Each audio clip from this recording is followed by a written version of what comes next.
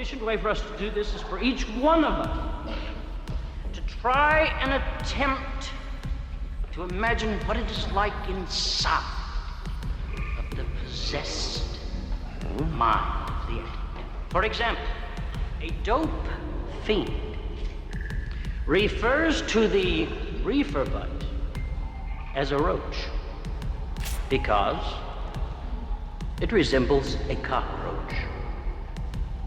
What the fuck these people are talking about? You gotta be crazy and acid to think that you look like a goddamn Enter the cockroach. auditorium today. You will notice that I have distinguished four distinct states of being in the cannabis or marijuana society. They are cool. I remember saying something like, I do it lightheaded. Maybe you should try it. Groovy. Suddenly there was a terrible roar all around us, Hip. and the sky was full of what looked like huge bats, all swooping and screeching and diving around the car. And square. And a voice was screaming, "Holy Jesus, where are these goddamn animals?" If he figures out what is happening, then he can rise one notch and become hip. No point mentioning these bats, I thought. Poor bastard will see them soon enough. Poor bastard will see them soon enough. Poor bastard will see them soon enough. Poor bastard will see them soon enough. Poor bastard will see them soon enough. Then he becomes groovy.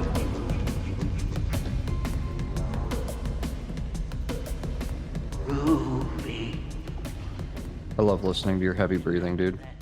Oh shit, is this thing on?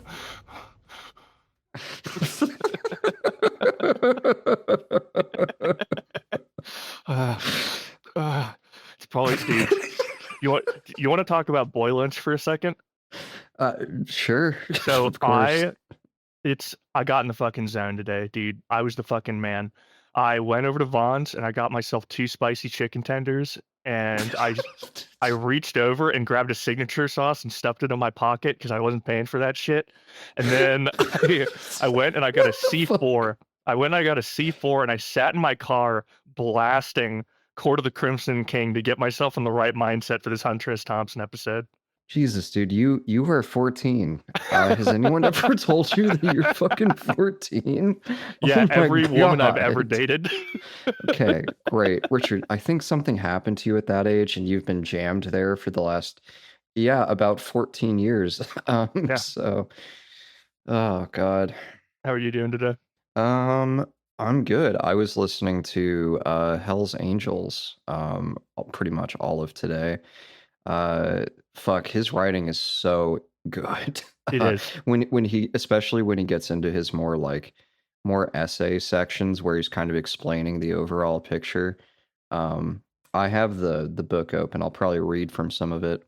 There's this one section where he includes this Allen Ginsberg poem that Allen Ginsberg wrote because he was basically pleading with the Hells Angels to not beat the shit out of the pacifist Berkeley Vietnam Day Committee protester people in San Francisco. And yeah, that poem is fucking awesome. So I'll probably say the whole fucking thing at some point. Fuck yeah. No, I've got a bunch of quotes. So my objective for this episode is I want to talk about Aspen. I think I talked about this yesterday, but I want to talk about Aspen. There are some things I want to say, but mostly I just want to put this in the context, and I'd like you to bear this in mind too, of basically Hunter S. Thompson taking out his political frustrations on Aspen and then almost accidentally making a really good point and illustrating something really interesting, which is that freak power could fucking work. Like at some point in the timeline. Aspen. Oh, that was before they named it Fat City. Oh yeah. No, Rich, it's actually been Fat City ever since. Oh yeah, of course, my bad. Yeah. Which, by the way, is such an adolescent name for it. I like how speaking of people who are also stuck at 14, Hunter S. Thompson, I'm starting to get a broader picture of his popularity. Oh yeah. Aspen. Oh yeah. Yeah, so what I was thinking is I'll intro the pod, and I don't know, we might say a little bit about Hunter S. Thompson, but just not, just the bare minimum. And then if you could, I'm going to prompt you to talk about the DNC a little bit after we discuss Hunter S. Thompson for a moment. Yeah, begin. Cool. Well, hello, audience. Thank you for clicking and listening, all 500 million of you. We're live here at the Joe Rogan studio. This is Bad Role Models. Now, you might be wondering, actually, you're not wondering what we're about to talk about because it's in the fucking thumbnail. But, so we might as well jump straight to it. Today, Will and I are going to be talking about a man who's very special, who's very, very angry all the time, who's just the angriest man, the angriest American that's ever been born on this fucking planet, Hunter S. Thompson. More specifically, though, we're going to deviate from the usual format. I didn't really think that it was necessary to go through and talk about the entirety of Hunter S. Thompson's life. Instead, I wanted to cut a little slice of the mescaline pie and talk specifically about his reaction to the 1968 Democratic National Convention, how that's altered him politically, and like an arrow being pulled and released, fired him 100,000 miles per hour at America and Richard Nixon, and how that ended up shaping his journalism career and changing it for the better, in my opinion. By the way, I am here with Will Ingalls. My name is Richard, and before I ask my good gimp Will a question, I'd like to shout out our sources. Ironically, they're both named the same thing, even though being completely unrelated in every way possible except for their subject matter. The first one is a documentary that Will helped me find called Freak Power: The Ballad or the Bomb by, it was Ajax Phillips and Daniel Joseph Watkins. Ajax or Ajax, who gives a fuck? And the second one is also titled Freak Power, Hunter S. Thompson's Campaign for Sheriff by Daniel Joseph Watkins. Let us begin, Will. If anyone can hear this, if anyone is listening, Richard has me locked in his basement. I'm looking at words written on cardboard. I have to read them into this camera or Good. he will take my other kidney. Okay, I'm getting to the next card. Oh, Hunter S. Thompson. Right. Yeah, I also read Hell's Angels for this. And I really enjoy Hell's Angels, and that will also help lay out some of the big picture with Thompson. But where do you want to start on the timeline, sir? Well, you know what? I will prompt you with a question in a moment. So I'm sure pretty much everybody listening is familiar with Hunter S. Thompson, but on the off chance that you're not, Hunter S. Thompson was probably the most famous journalist in the United States of America, either of all time or at the very least in the 1900s. He got his starts, I want to say, in the 50s, during his time in the Army and afterwards, 50s, 60s, writing about sports primarily. And as time went on, he started to develop a little bit of a voice. What made Hunter S. Thompson unique is that the way that he puts it is that he injects himself into the story and becomes a part of that. And that is really proven when he publishes his first real Hunter S. Thompson book, Hell's Angels. Will, would you like to discuss that book a little bit? Because it seems like you do. Hell's Angels is a piece of journalism. It's a piece of reporting where Hunter S. Thompson basically describes what it's like to live full time with these violent, submental, like street bike hobos known as the Hell's Angels, and spends a tremendous amount of time following them around as they beat the shit out of people at local bars or stomp out rival bike gangs or and so forth. So Hell's Angels is fascinating.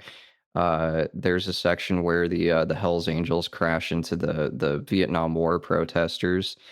Ken Kesey and the band of merry pranksters and the LSD acid tests is also part of this story, because at some point the Hell's Angels get a hold of some acid through Ken Kesey, who is a friend of Thompson's. So you can imagine what happens when these Attila the Hun, chain wielding street thugs start to blend and culturally polymerize with, the Berkeley bongo weed guys, which is what happens in like late 65. So it's a fascinating book, and it's very funny and very shocking, obviously, in parts. Hunter is living with these guys and becoming friends with them and like sharing beer and so forth, and people trust him. But like at the same time that this is happening, like these guys are definitely committing major crimes. I mean, assault, battery, rape, even murder. It's quite intense. He's basically embedded in a directionless terrorist gang. you know, like terrorists with no particular agenda other than to grow. But yeah, it's that was his first book, Hell's Angels. Yeah, and the book itself is really interesting because it's kind of the first instance where you see what would later be coined as Gonzo journalism in Hunter S. Thompson's work. Did you watch that interview that I sent to you? No, I Okay, did it's not okay do if my you friend didn't. homework. I sent it to you like last minute because I was watching it last minute, so no pressure. He talks about Hell's Angels a little bit during that interview. And by the way, I'd recommend that anybody listening look it up. It's like 1975, 1976, I want to say, and he's just sitting on a love seat. So if you see that thumbnail, that's the one. But he talks about what he loves about writing. And for him, what he enjoys is the rhythm of it. And you see that in his writing because it's got like momentum to it. It's got rhythm. The way that he stated it, he said that I want my writing to stomp as it goes. And you get that. It's just this amazing what's the term? Stream of consciousness, almost like beat poetry without rhyming. Yeah, we should read some. I just need a moment to pull it up. By the way, it's better than beat poetry because beat poetry sucks. Beat poetry's not that bad. Beat poetry sucks. Fuck you. Fuck you, you piece of shit. The fuck do you even know? Will, one day, you're gonna walk up to me and say some shit like that. I'm gonna pull a frozen chicken tender out of my pocket and jam it in your eye. And then I'm gonna do a 360 and walk away, dude. I'm gonna oral farm so fucking hard because I'm fly as fuck and the haters hate me for it. Will is just shaking his head. He's okay. All right. Fuck it. I found the right paragraph. Okay, cool. All right. So this is Thompson kind of summing up, at the end of the book, like his experience with the angels. For nearly a year, I had lived in a world that seemed, at first, like something original. It was obvious from the beginning that the menace bore little resemblance to its publicized image, but there was a certain pleasure in sharing the angels' amusement at the stir they'd created. Later, as they attracted more and more attention, the mystique was stretched so thin that it finally became transparent. One afternoon, as I sat in the El Adobe and watched an angel sell a handful of barbiturate pills to a brace of pimply punks no more than 16, I realized that the roots of this act were not in any time-honored American myth, but right beneath my feet in a new kind of society that is only beginning to take shape. To see the Hells Angels as caretakers of the old individualist tradition that made this country great is only a painless way of getting around seeing them for what they really are.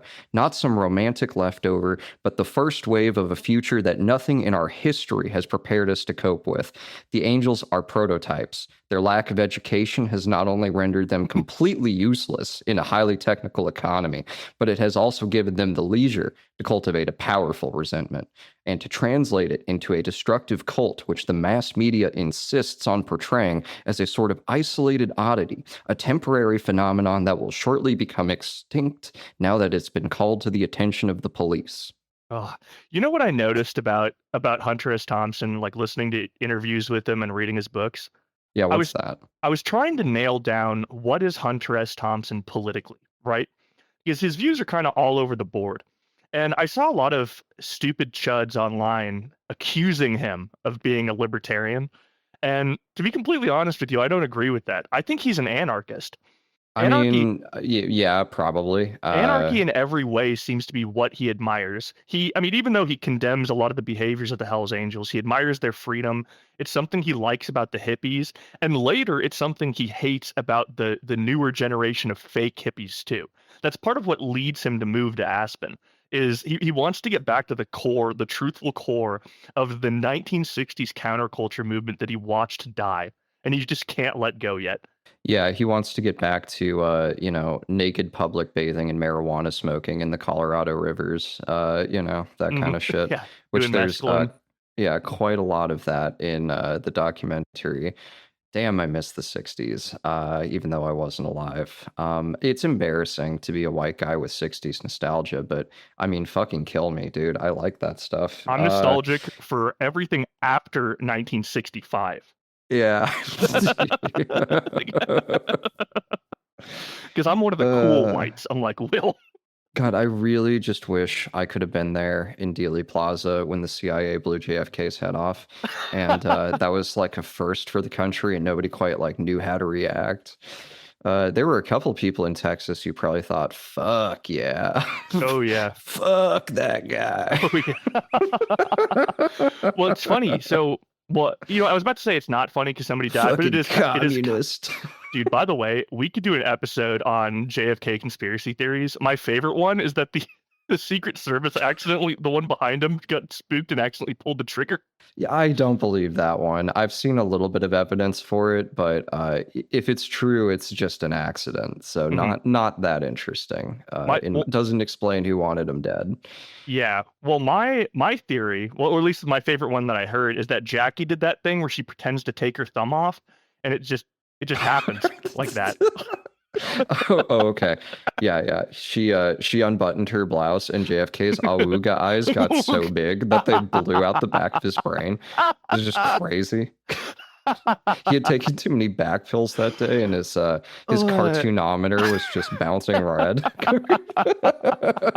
God, we're gonna go to hell.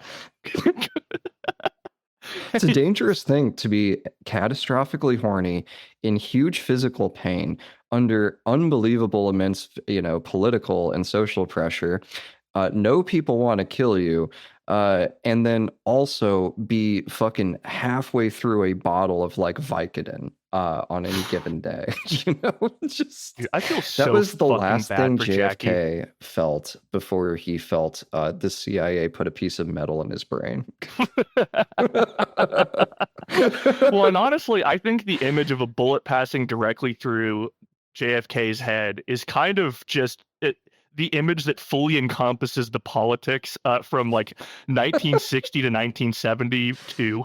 Like, yeah, that's what kicked it off, baby. I mean, that's really where it all started. The civil rights movement had way deeper roots, of course, and was a super important part of the counterculture, not to be understated. But until the president's assassination, the middle class was just completely complacent about everything. They had it all. What the fuck was there to complain about? Vietnam was at such a low level that there was no draft. People weren't even really fucking protesting. Material standards, everything had gone up. You could get a semester at Berkeley for $50.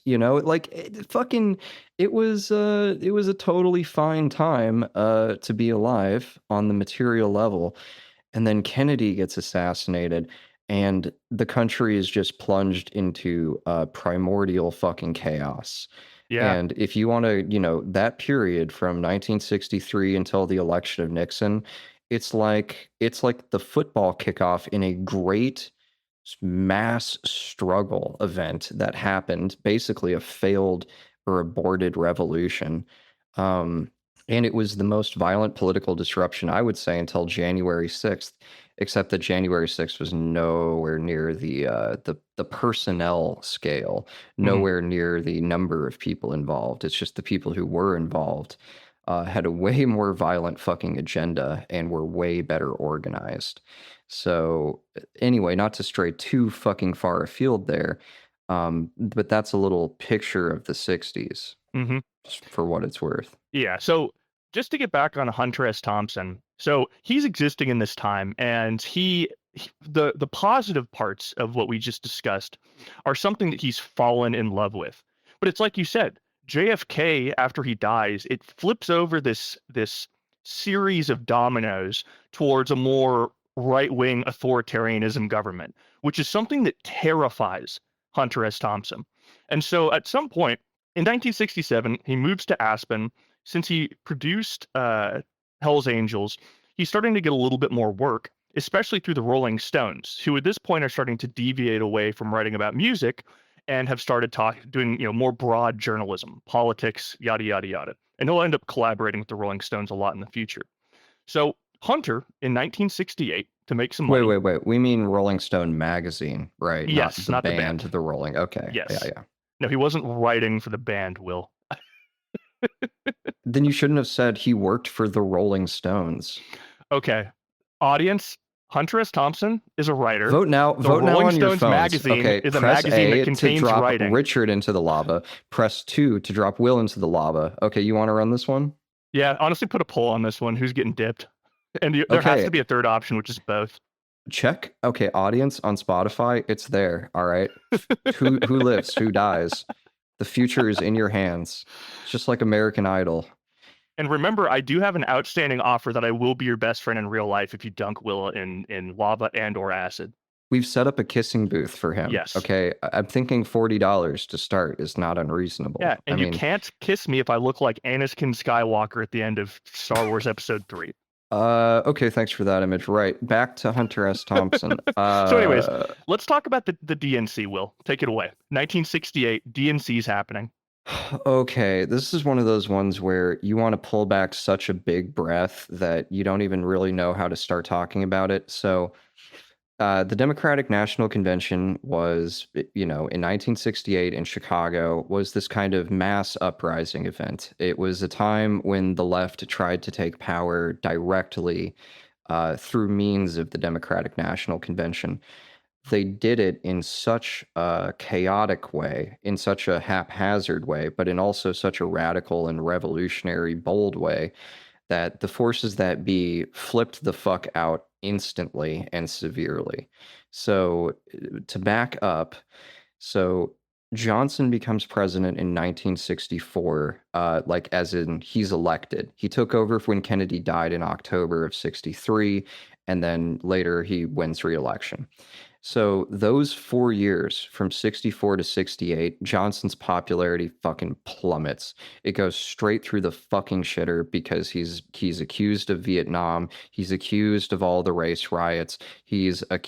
Nobody likes him. He's fucked. He was supposed to run for re-election in 68, but he basically just fucking is done. He's a broken man. He is leaving. Vietnam has killed his soul. And so he announces he's not going to run for re-election, and it sets off this fucking scramble in the Democratic Party because they didn't see it coming. They might have wanted it to happen, but they never believed it would. And so they're not really fucking prepared. It's kind of like when Biden had to drop out, but the Democrats were just like, well, we're not going to have a primary because, what if somebody challenges Kamala? Imagine that, but way more fucking PSI, because by 68, the United States is in full-blown, cross-spectrum uprisings. There are, occupations of Washington that brick out the entirety of the city's, road structure to the point where it literally freezes or jams the fucking government because people at the State Department quite literally cannot get to work anymore. And so there's that level of shit, not to mention crazy race riots happening. Well, yeah, and then really quickly, sorry to interject, just to bear in mind, audience, just for some historical context, I believe less than a year before this happens, speaking of the CIA, both Martin Luther King and Robert F. Kennedy get assassinated. Yes. All of this is leading up to it. So by this point, both Kennedy brothers have been assassinated. Martin Luther King Jr. was assassinated in 1967, so that happened the year before. Malcolm X also killed. Medgar Evers. There's been Fred Hampton, although I think that's later, actually, in 69. But yeah, it's just this fucking terror wave of repression that's being experienced as the COINTELPRO program that the FBI was running to spy on leftists, or the CIA Operation Chaos, which was an illegal domestic program to put agent provocateurs into left-wing and communist and black organizations. And the cops are going ape shit. And so when the DNC happens, the candidate was supposed to be Bobby Kennedy. Bobby Kennedy was just, he had won California. The race was over between him and who even fucking was it that ran against him? His name has been blotted from memory. Here, keep talking. I'm gonna hacker man it real quick and look it up. Yeah. Anyway, Hubert Humphrey. Yeah. Kennedy was a fucking lock over Humphrey. And anyway, so that everyone was planning for him to be fucking the candidate, certainly. And so there was not going to be a whole lot of pressure to be applied at the DNC, except that maybe a few civil rightsy groups would make some noise. And, oh, wow, the Black Panthers are sending delegates. Isn't that fucking interesting? But there wasn't a lot that was supposed to happen. But then Kennedy dies while he's bearing the torch of being the "we're going to end Vietnam" thing. He campaigned very heavily on, we have to get the fuck out of Vietnam, we have to cancel the draft, etc. And so, sorry, I'm losing my train of thought here, but when Kennedy dies, there's this mad fucking scramble to be like, we need a candidate that's going to stop the Vietnam War and finish civil rights. And the actual Democrats go, oh no, we're not interested in either of those fucking things. Mm-hmm. Those are not priorities to us. Our priorities are to continue the Vietnam War until we can say we've won. And our other priority is to make white voters feel safe again in large cities, because after the riots, they are swinging over to the Republicans. So that's the political background. I'm sorry, I have to actually dip out for a second.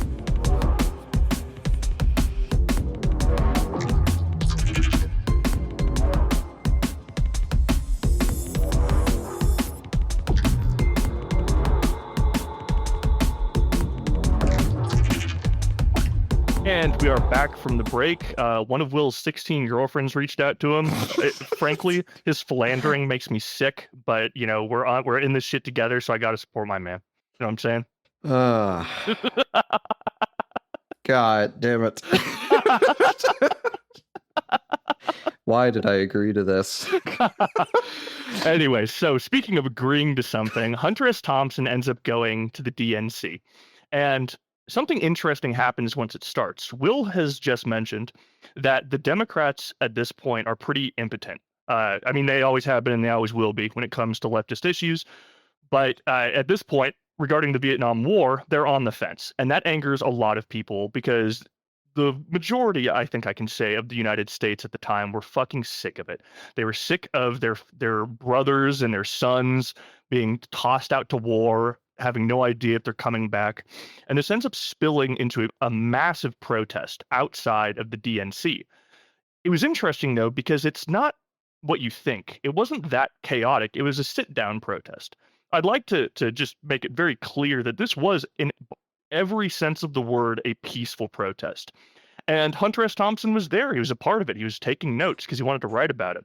Now, naturally, the police walk up in this big line. It's an image we're all very familiar with if you've ever seen a riot on TV or in person. And instead of just sitting there and waiting to see what happens, they start weaving into the crowd and beating people indiscriminately with clubs, or bastonadas, as Hunter S. Thompson likes to say. So as they're beating people, just senseless, they also start throwing tear gas into the crowd.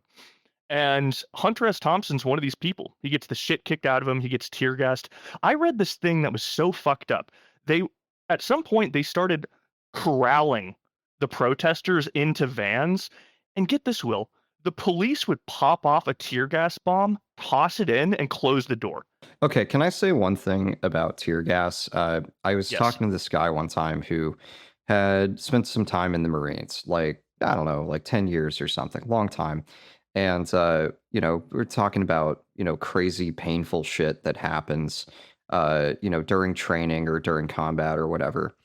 And I'm like, what's some of the worst pain you had doing this? And he goes, getting tear gassed And I go, really? And he goes, yeah. So, when we get weapons training, we also get hit with a lot of the non-lethal weapons so that, we know what it's like. So, like, we get tased, we get pepper sprayed, we get, tear gassed, shit like that.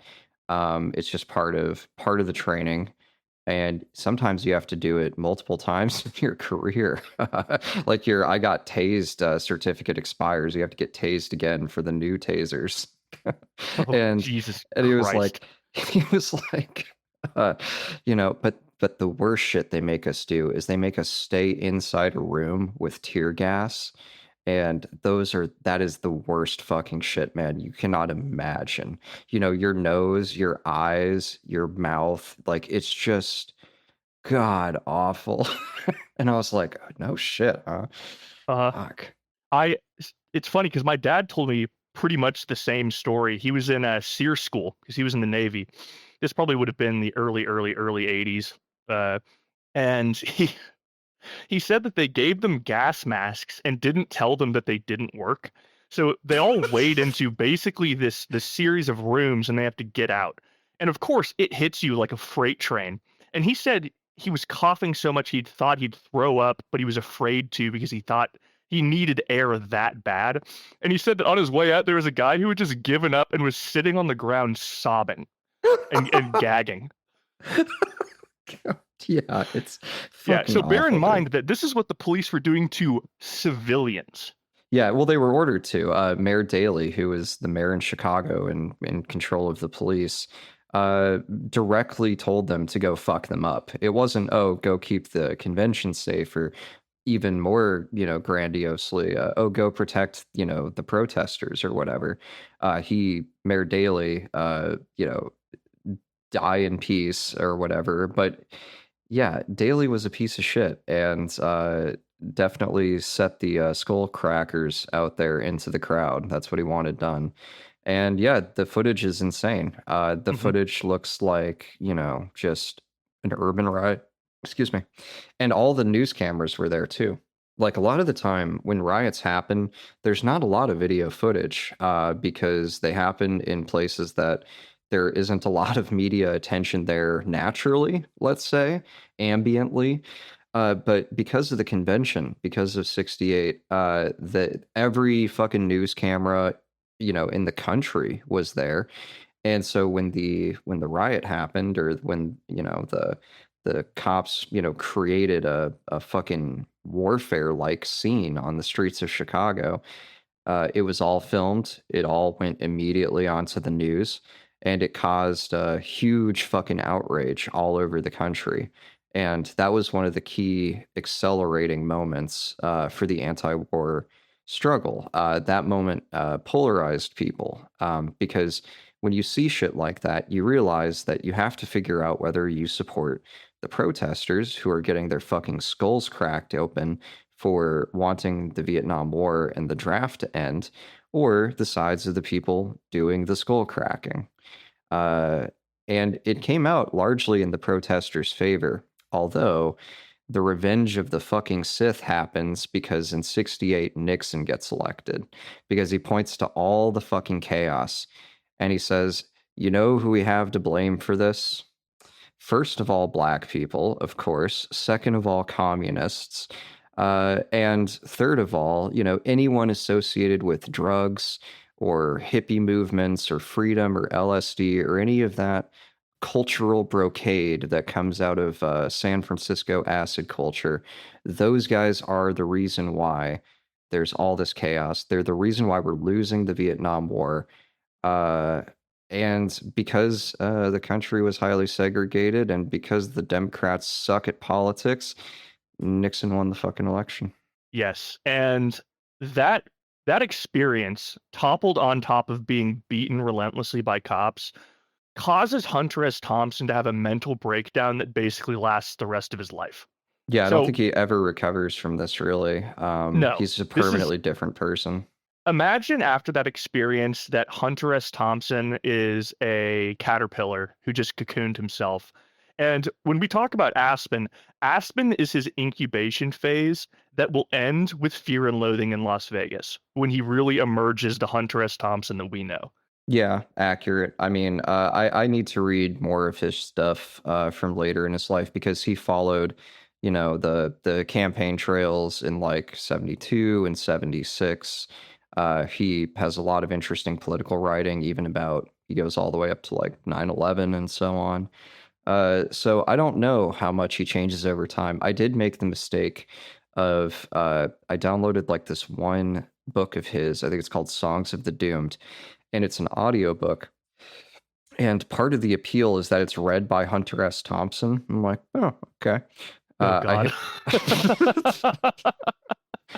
I hit play, and just the most mealy mouthed, like southern orangutan voice, just comes out of the tape recorder to the point where you cannot really say what to say anymore, and you don't necessarily care to care. And you're like, what the fuck did he just say? And so that didn't work out for me. Yeah, no, but he sounds like Elvis on Xanax. It's like, yeah, that's a good formula. Elvis on Xanax. Yeah, well, and he actually cops up to that because he's a writer. He's not a speaker, and that's what he says. Because people have mentioned that he has this kind of like dull, simple way of speaking, and he's not unintelligent and he's not inarticulate, but he is just like he's just sort of like sort of an unintentional deadpan. Exactly.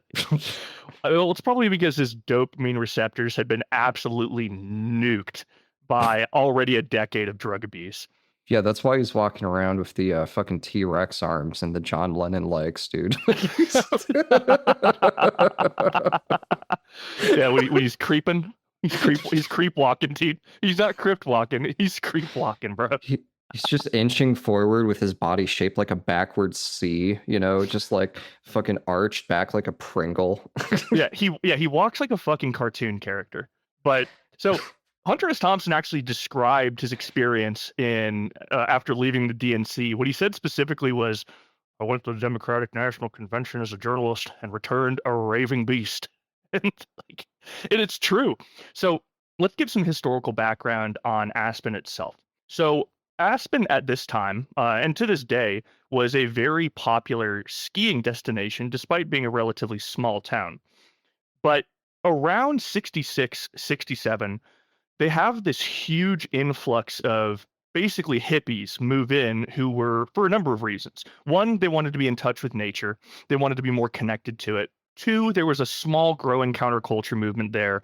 And three, they wanted to avoid the Vietnam draft. Because, I mean, hey, hand on the Bible, I'd probably do the same thing. Absolutely. I am not going to Vietnam, dude. I'm going to Canada. I'm living with the Weather Underground. I'm burning my draft card. I'm faking a medical problem. Whatever I have. I have bone spurs, doc. I'm sorry. My bones hurt. I can't go to Vietnam. I'm sorry. I drink bone hurting juice and now I can't go to Vietnam. I have flat eyeballs. They don't allow that in the military. That's what Harry Truman was diagnosed with. Fun fact. What does that even mean? It's probably a medical category that like they dismissed it. They got rid of it because it doesn't make any fucking sense. But they said Harry Truman had flat eyeballs when he was a kid, and he had to wear like glasses that were like Coke bottle thick. Yeah, my eyeballs are actually cubes, so I don't think I'm qualified to shoot a gun or basically do anything helpful over there. Yeah, Truman. Anyway, whatever. His mother also used to dress him in women's clothing. So did FDR, for the record. It was actually common back in the time period. Yeah, I heard about that. Anyway, okay. So, Hunter S. Thompson. Yeah. You know what? Let's take a break from Hunter S. Thompson for a moment, just a couple minutes, and talk about what is eventually called the CCA, meaning the Citizens for Community Action. So, as there's this growing hippie population in Aspen, environmentalism becomes a huge concern because as Hunter S. Thompson would say, land rapers in the government kept on selling land for condo development. They sold land for mining and fracking. They sold land for waste heaps and stuff. And a lot of basically the natural beauty of Aspen was in danger. And the breaking point for the more radical population here was when a nuclear bomb was detonated underneath the earth in order to break up, I believe it was shale gas deposits or something like that. But imagine how scary that is. The possibility of an entire series of beautiful natural land becoming completely eradicated and irradiated. Yeah, there was, I was talking to Comrade Richard about this the other night. So back in the 50s, back in the the Fallout 76 era of the United States, there was something called the Atoms for Peace program, and it was Eisenhower's big initiative at the UN. The idea was that nuclear weapons and nuclear technology would be converted over swords to plowshares for peaceful civilian usage. Especially, there would be a shitload of nuclear reactors built in like third world countries, and eventually, like an entire like electrical power consortium would be created for the entire planet, and electricity would be too cheap to meter. It would just be provided like any other unpaid service. And while all of that was going on, the nuclear weapons that we had would be repurposed for these basically like terraforming projects. There was this one project to make an aquifer in Arizona bigger. So, like, if you imagine an underground cavern filled with water, they were going to blow a even bigger fucking hole in the aquifer using a small nuclear bomb and then use it to store drinking water. You probably don't have to be a nuclear physicist to understand that dropping a shitload of fucking radioactive waste and particles into a drinking water supply is not the kind of thing that people get excited about if they're living where that aquifer is supposed to be. So that never happened. There was another one to blow new harbors in places that didn't have them. Like in the Aleutian Islands in Alaska, they would like detonate nuclear bombs underwater to blow a harbor big enough for a fucking aircraft carrier or something. And again, never happened. Tsunamis, tidal waves. But part of this was the idea that you could do like nuclear mining, that you could free up, trapped energy reserves or whatever.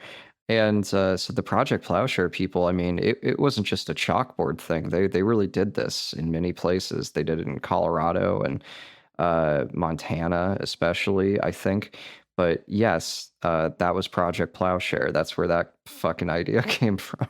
And for a guy who is borderline schizophrenic, like Hunter S. Thompson, it's very anxiety-inducing, as it was for two members of the Citizens for Community Action, like I mentioned before. Now, the two people that I'm going to discuss mostly on Hunter S. Thompson's side are a man by the name of Tom Benton, and since you watched the documentary, you'll be somewhat familiar with him. He's the guy who did all the artwork for the Freak Power movement. Oh, yeah. Yeah. And the other guy was a man by the name of Joe Edwards. So Hunter S. Thompson is becoming increasingly interested in the local politics of Aspen because more or less he sees it as a small microcosm of what's happening in the United States. And he doesn't feel, when it comes to the horrible shit that's happening in the US, he feels impotent. He feels like he can't stop it. But he thinks to himself, maybe we can do something special with this new community in Aspen. Maybe I can start locally, and if it works, it might bleed out from there. It's like planting a seed. And the person that really inspired him, as I mentioned before, was Joe Edwards. So what Hunter S. Thompson wanted to do, by the way, this is 1969. Hunter S. Thompson wanted to run for mayor of Aspen. But the issue is, he lived in Aspen County, not in Aspen City. So he wasn't technically qualified to run. But his friend and compatriot, Joe Edwards, was. And they started running on a platform that they called Freak Power. Now, for the benefit of the audience, at the time, a nickname for hippies, amongst many others, were freaks. And it started out as a derogatory term, but it eventually got co-opted by the hippies there as something that they were kind of proud of, because they started to see the straight-laced, conformed members of society as a symptom and contributor to the problem of America becoming effectively a fascist state.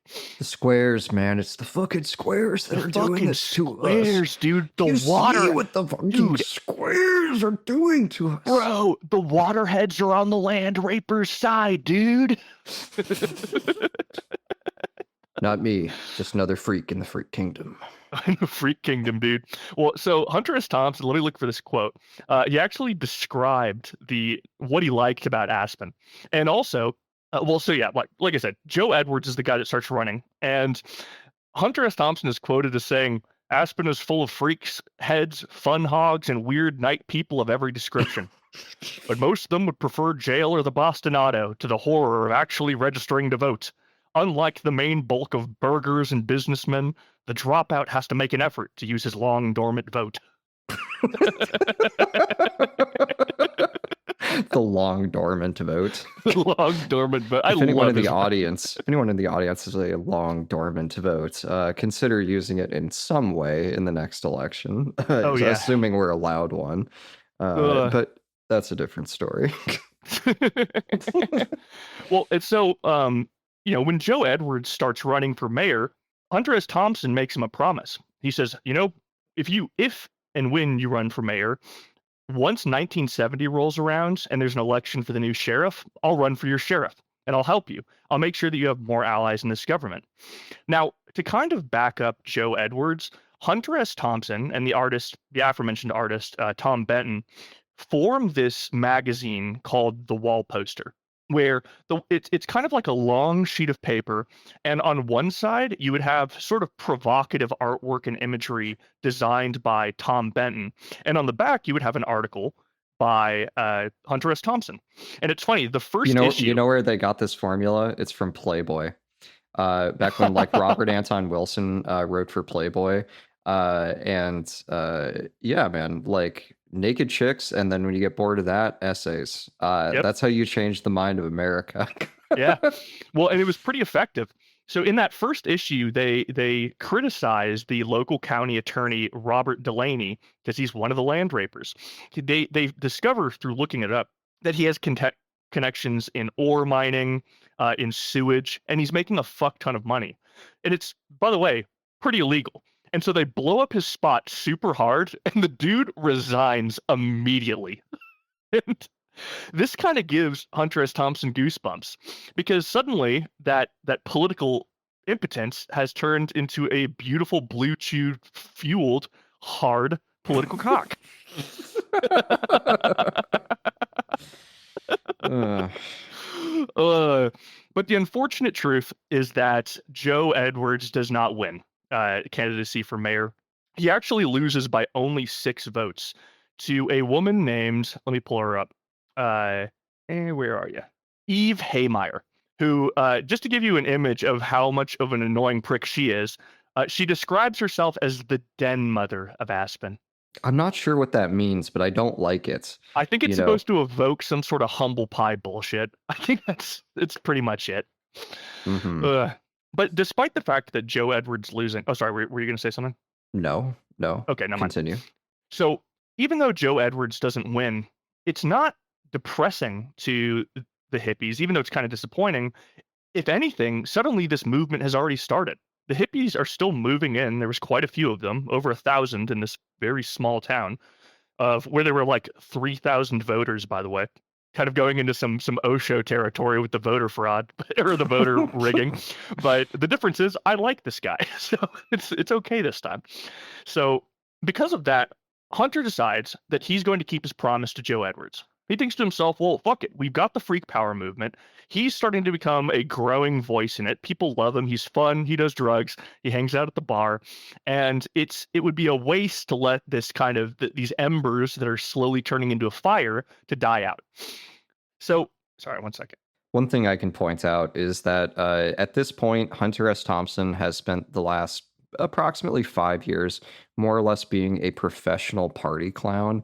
And so, yes, he is quite fun to be around. That is basically how he got, access through, to the Hells Angels, is by partying over and over with the Hells Angels, and even living with them and having them stay at his house and so forth and so on. So yeah, by this point, Thompson is a social organism of one of the highest, aura levels. A guy that always travels with drugs and a certain notoriety, sought out by a certain type of bohemian degenerates, and instinctively clung to. So that's what the social scene is like with Thompson. And what he does politically is he's just like, I'm just going to be the avatar of all the guys that are at the party with me and everyone remotely like them. He basically was like, I wonder if I can party my way to the top. If Hunter S. Thompson, who to be fair was not a great guy, but if Hunter S. Thompson was a worse man, he probably could have been a decent cult leader. Yeah, I mean, certainly he had charisma. I mean, the real impetus for any amount of political disturbance was just the simple fact that the local cops in Aspen beat the shit out of the hippies. They brutalized the hippies. They were all over them for marijuana, and would beat them up in custody and just fucking hassle them. It just even having long hair. There were cafes and shit that said like, you can't come in if you have long hair. No hippies allowed, kind of shit. Yeah. Well, and the sheriff at the time, who was a complete piece of shit, in order to kind of attack these people, you could basically attribute the accusation of loitering to anybody doing fucking anything. And so oftentimes when they would see a hippie, they would walk up to them, accuse them of loitering, and arrest them. And every single time, not every single time, but most of the time, audience, they would have to remain in jail for 90 fucking days for walking down the street with long hair, and they'd have to pay a $200 fine. And this is a $200 fine. I mean, $200 now would fuck me. Now, imagine in 1970. Yeah, imagine being a freight car hopping, semi hobo, and picking up the equivalent of like a $2,000 fine after spending 3 months in jail. Yeah, somebody who's been living purely off of bartering pre-rolled joints suddenly now has to pay 200 USD. Basically. But anyways, so Hunter S. Thompson decides to run for sheriff. And during this time, now we're kind of bleeding into 1970, he and Tom Benton are still releasing wall posters. Now, there was one that really stood out to me, and that was wall poster number 4, titled Fat City Fun Girl number 1 versus Me Lie. And like Will said before, one of his running points was that they're going to change the name of Aspen to Fat City, which is very adolescent and very stupid. But the reason why is because he wanted to make it less appealing to like investment companies and property companies and mining companies and all that. In his mind, for some reason, that would deter them, which, in practice, it probably wouldn't have, but that's the logic behind it. I think he was just trying to scare the corporations a little bit, rattle the chains a little, like, oh, you're going to try and do business in Fat City. Yeah. So for some of you listening, that title, one bit of that title might have stood out, which is Me Lie. So Me Lie, actually, Will, do you want to talk about it just a little bit? The My Lai Massacre? Yes. The My Lai Massacre was a not at all unusual event that took place during the Vietnam War, in which a town was marked for total destruction. Like a kill anything that moves order was given for a nearby village that was suspected of having communist sympathies. The Marines called those places Pinkvilles. And so there were orders to raise the hamlet. And so they went in, this detachment of Marines or company of Marines, whatever. And they spent about 8 hours going from house to house, lighting hutches on fire and executing people. Sometimes they would execute them directly at gunpoint. Other times they would stop to rape them first. They would shoot pregnant mothers, once in the head, once in the belly. And they did this for about 8 hours or so, at which point a helicopter with a marine machine gunner in it, came up and forced those guys to stop the massacre. This is actually probably the only reason we know about it, and the subsequent cover-up, which was reported by Seymour Hersh. And this one guy whose name I can't remember was the door gunner on a Huey helicopter, and he pointed his fucking ginormous machine gun at the Marines below and said, "If you guys don't fucking stop massacring and raping this village, I'll open fire on you." And they wanted to court-martial him for that, and I think they eventually did. But he stopped them from carrying out the rest of it after about 300 people had died. And now, the My Lai massacre became a major story in the United States. It cemented the career of Seymour Hersh, who would go on to break a number of amazing stories and be one of America's greatest investigative journalists. A guy that's still writing today on Substack. I'm paying for his Substack. He continues to write incredible shit.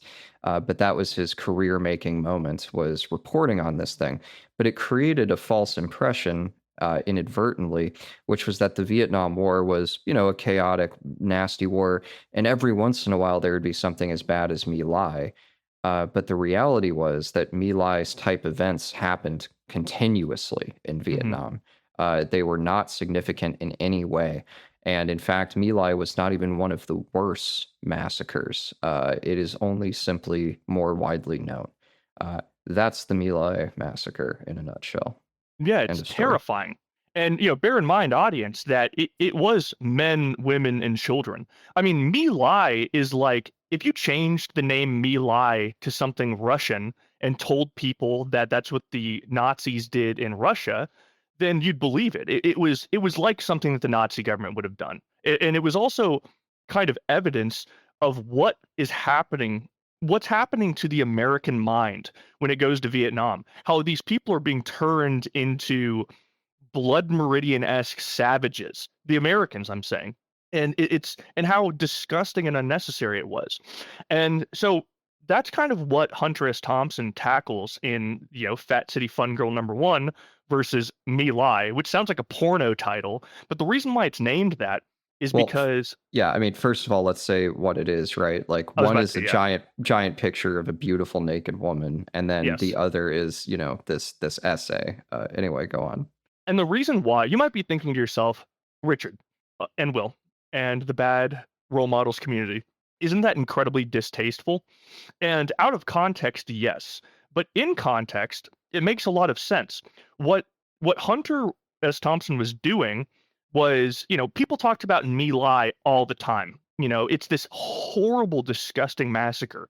And yet, if you post a picture of a nude woman, that's what's illegal. That's what's inappropriate. And I actually have an excerpt from this article. So Hunter S. Thompson writes, if Jilly, her name is Jilly, by the way, the girl on the front, if Jilly is obscene, then what is the word for men like Lieutenant Calley and Captain Medina, who find a dutiful pleasure in slaughtering a village full of helpless women and children? Is America that rotten?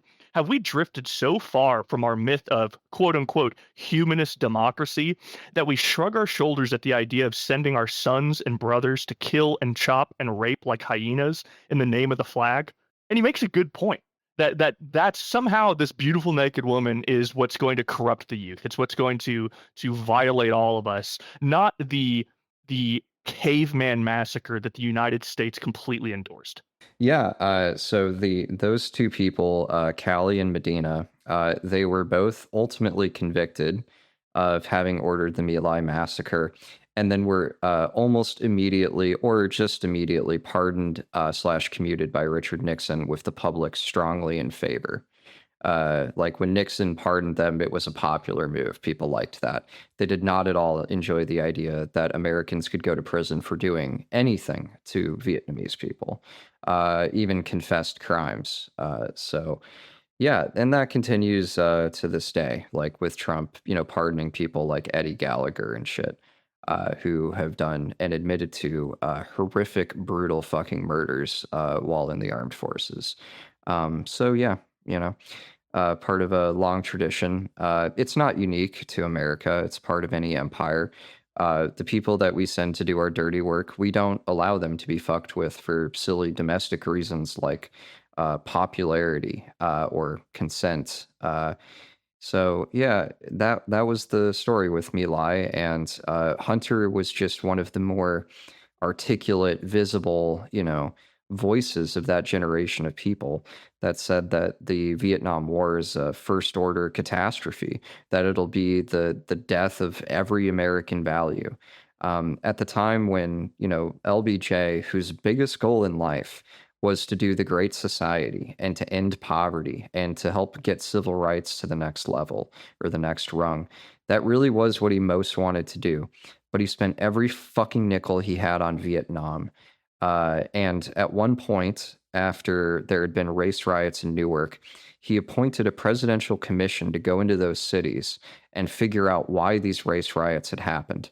And the report came back, and it said it came back because of systematic racism among the police and the National Guard, as well as the fact that these neighborhoods have, no good education, no trash collection, no reliable policing or safety, et cetera, et cetera. And they gave him the bill, and they said it would cost $200 billion a year, or sorry, $20 billion a month to appropriate enough money to fix these broken, areas of the country that create crime and chaos. And that was the exact amount of money in 66, I think, or 67, that Johnson was spending on the war in Vietnam. And so it was a literal case of like, we're spending all of this money to fight and kill people on the other side of the planet for a multi-layered onion of bad reasons, like many, many false and wrong pretexts, one inside the other. And eventually it'll kill between 60 and 70,000 Americans, and will kill 3 to 4 million Vietnamese. And the result will be that the group we most feared coming to power would come to power. And it was a time at which, common sense lay helpless before a steamroller of just pure Cold War insanity. Yeah. And I think that's part of why Hunter is remembered today as being a writer who was able to pierce that fucking insane veil of hypocrisy that laid over the entire country. He said, America is a country filled with middle-class used car salesmen who reserve the right to kill anyone who even thinks about making them feel uncomfortable.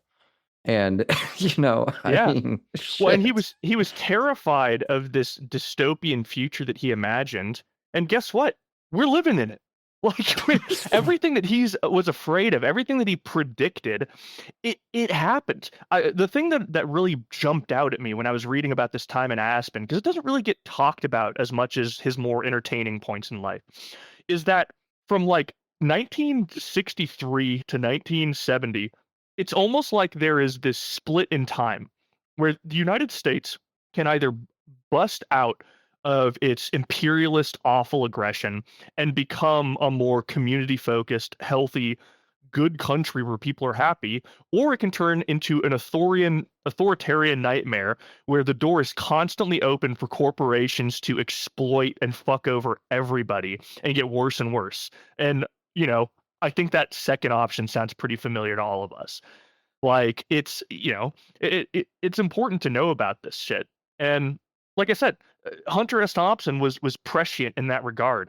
And it's funny. So we depicted him earlier, and the movie Fear and Loathing in Las Vegas depicts him as, like Will said, doing the John Lennon walk, where he's this animated, floppy, goofy moron. But I read a lot of his correspondence, and obviously he was a better writer than he was a speaker. But even when he spoke publicly, he was very calm. And it's funny, his reputation at the time was as this dude who was a renegade and crazy and jumping out and doing drugs. But he took this shit seriously. What started off as almost performance art rapidly turned into Hunter S. Thompson seeing that he might have the power to change things for the better. And in a very indirect way that we'll get to later in this episode, he actually did. Despite the fact that well, you know what? We'll save that for later. So at this point, Hunter S. Thompson, Joe Edwards, and Tom Benton decide, okay, we have this campaign for sheriff, right? We got the freaks on our side. We got our little population. We need a base of operations. And so they end up choosing this place called Hotel Jerome. There's a parlor on the second floor of this place called Hotel Jerome, and it's kind of perfect for them. Do you want to know why they chose that place, Will? Because they all hung out at the Hotel Jerome bar, and they didn't want to have to walk that far. It's an amazing business strategy, dude. It is. I mean, hey, Andrew Jackson, rest in hell, at his rallies, used to fucking crack open a keg with everybody and get everybody super drunk and do his speeches on a wooden stump. And even though he's I love that shit where after he won the presidency, he threw a banquet and then just random Juck hootin' like American frontier hobos just ransacked the fucking White House. Just like literally like mobbed the place to the point where it was like standing room only. And they just started grabbing shit. They'd grab the crystal candelabra, they'd grab a fucking wheel of cheese, and they were just fucking out of there. And the ones that stayed, they just partied the place to the fucking ground. Okay, Will, I have a question for you, and you can edit this out if it's too much of a non sequitur. Andrew Jackson, Truman, Donald Trump. Who's the most evil? The most evil? Well, I mean... Actually, Nixon. That's going to be a fourth option. Or Nixon. I think it's actually really hard to top Andrew Jackson, because Andrew Jackson was a commander in the Seminole Wars. You know, like, he's an Indian raper for sure. Like, he's a burn down the fucking villages, like, while I watch it guy. Slavery, I think it's really, like, if there was a evilometer where you just like drop them on a scale, it just shows you how much darkness is in their heart. Like, I kind of think Jackson is probably the most evil. I think he was capable of like genuine fellow feeling, just not towards slaves or Indians, and he fucked them over so hard it's just unspeakable. Not towards anybody who wasn't not towards anybody who wasn't a complete fucking wasp. But then there's the question of like, you know, who had a bigger negative dent on history, and it's like, well, Truman with the atomic bomb, Israel, and starting the fucking Cold War is like, it's pretty fucking hard to overstate how bad that shit has gone. But then again, you know, Trump currently has more power than all of those guys from the past, and is, you know, running potentially the entire planet off of a cliff by blowing apart climate action, for starters, not to mention the nuclear system. So it's, you know, I don't know. It's interesting how evil changes over time. You know, Andrew Jackson was just a fucking vicious Julius Caesar, kill 'em all fucking bastard. And then somebody like, you know, Andrew Johnson, you know, the Lincoln successor, is just, you know, slavery and stupidity and, you know, anti-black hatred. And then, you know, you get up to Truman and it's like, you know, by this point, you're looking at a kid who was bullied, a kid who was like a mama's boy, who everybody like pointed at and made fun of and left out of sports when he was a kid. And then he got put into power by basically a fucking mafia run out of Kansas City by Tom Pendergast, who was basically the controller of the Kansas City political machine. And, you know, then through some arcane sequence of events becomes president, immediately drops 2 nuclear bombs on Japan just so that Russia watches us do it, because he knows they're the quote unquote real enemy.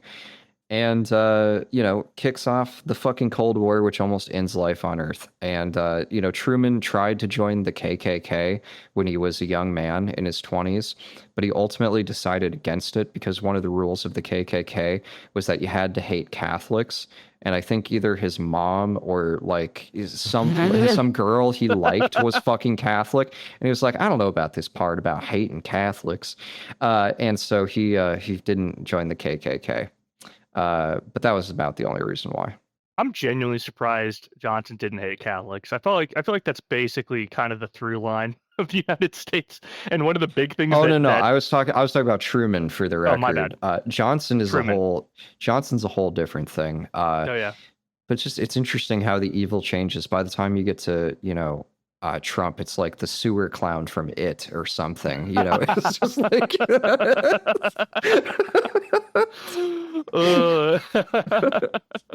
because it's not the same kind of evil as someone like Andrew Jackson. You just can't really compare them.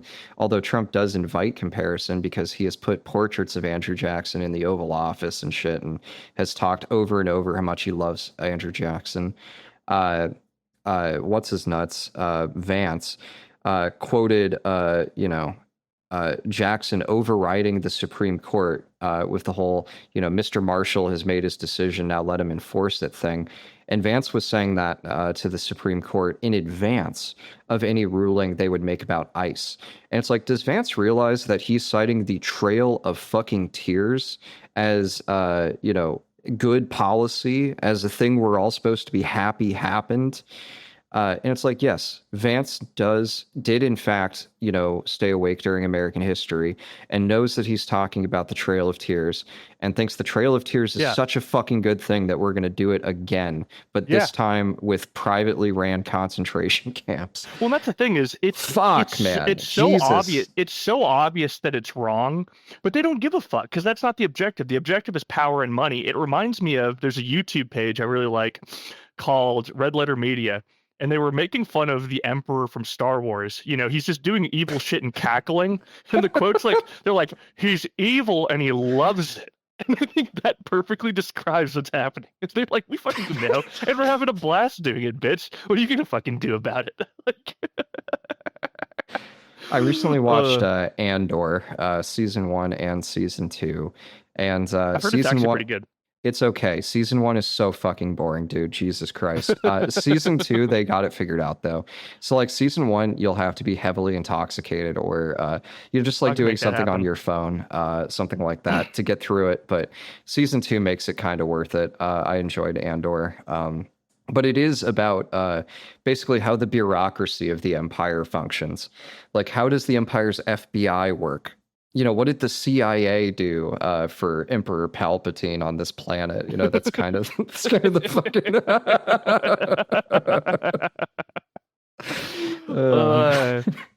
Yeah. Well, you know what? Richard Nixon was fucking evil and he loved it, and Hunter S. Thompson recognized that. I think that's part of the reason why he fucking hated him so much. And he actually describes Richard Nixon. So, at this point, it's still 1970. They have their campaign headquarters now, and there was a poster that was in, by the way, all these posters and shit that I'm quoting all came from the book Freak Power, which I would highly recommend. I already quoted it on the top of the episode. It's so good. Generous, loving audience. Please send us money so that we can get full color prints of the Freak Power campaign posters. I don't know how much that'd be, probably $40, maybe $60-$70 with a frame. Please, Oh yeah. I want the one where it's the 6-fingered hand holding the peyote button. Holy fuck. Okay, yeah. So audience, let me describe the flag, the image that Hunter S. Thompson attaches to his movement. It'll be in the episode art, by the way. Good.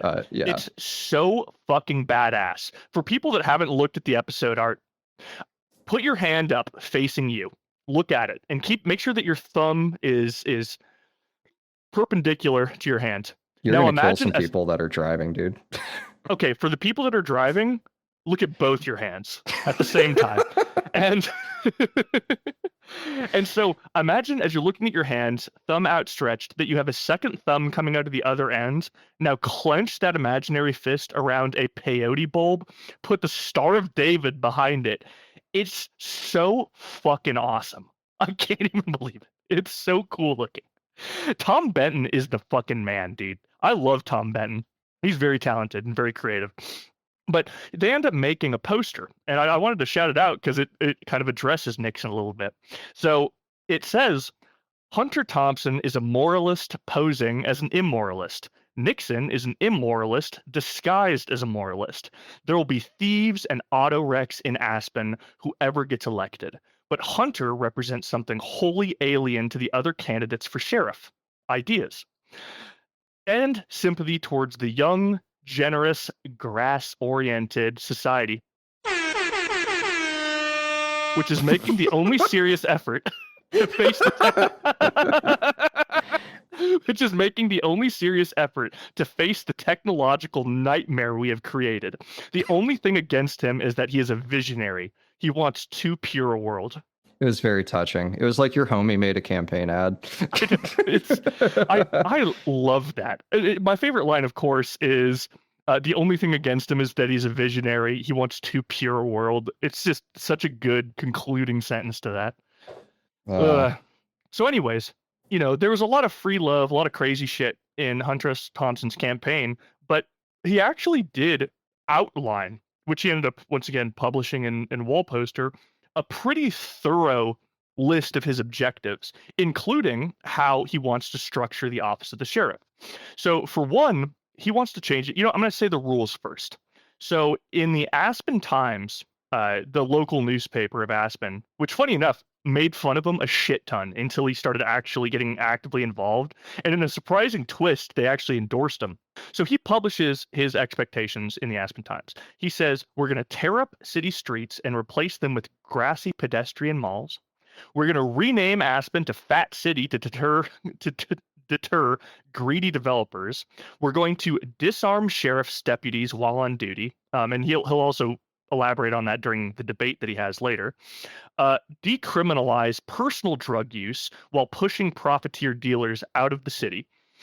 Ban non-residents from hunting and fishing unless they have a signed endorsement from a citizen of Aspen City, in which case that citizen will be held legally responsible for any crime they commit, and also the person doing it will also be charged. And the last one is introduce a public bicycle program, which I really liked. It's a good little one to end it on. But to me, it kind of... Oh, okay, never mind. You froze for a second.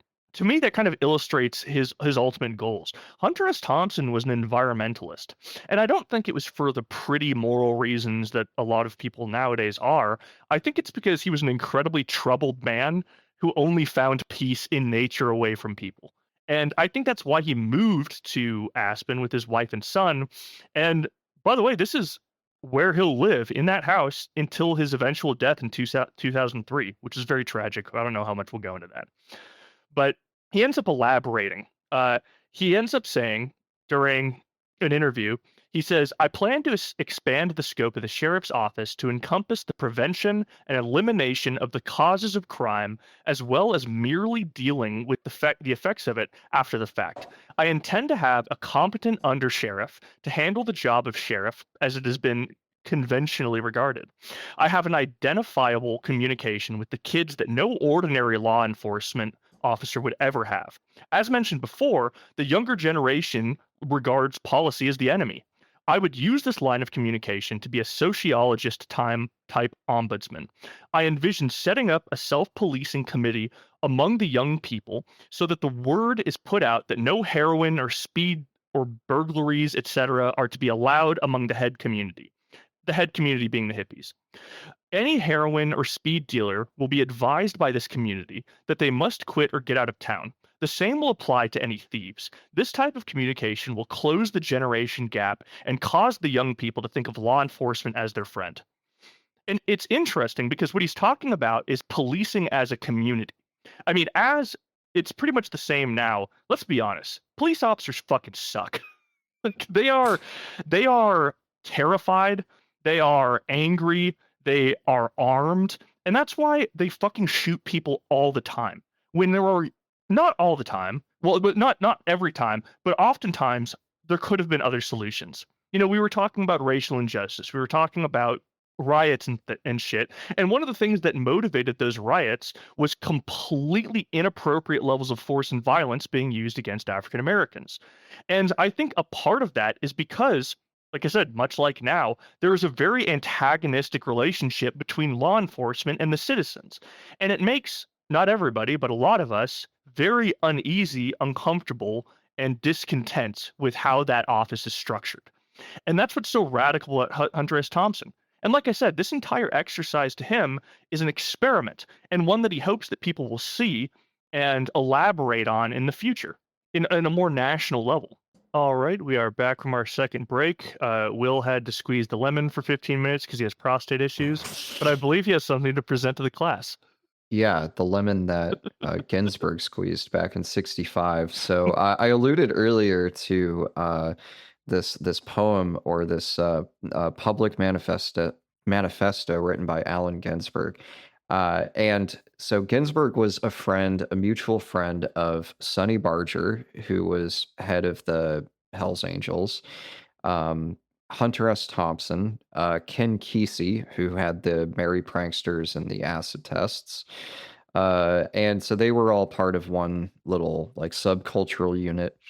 And Ginsburg used to hang out with the Hells Angels. And there's this section in Thompson's book where he talks about how Ginsburg is torn between his loyalty to, on the one hand, the angels who he's partying with and dropping acid with and so forth, and reading Buddhist sutras too, and the Berkeley hippie peace, love, and kindness people. Because like at this time, the Hells Angels are like, like the swastika is like a semi-official piece of merchandise for the Hells Angels.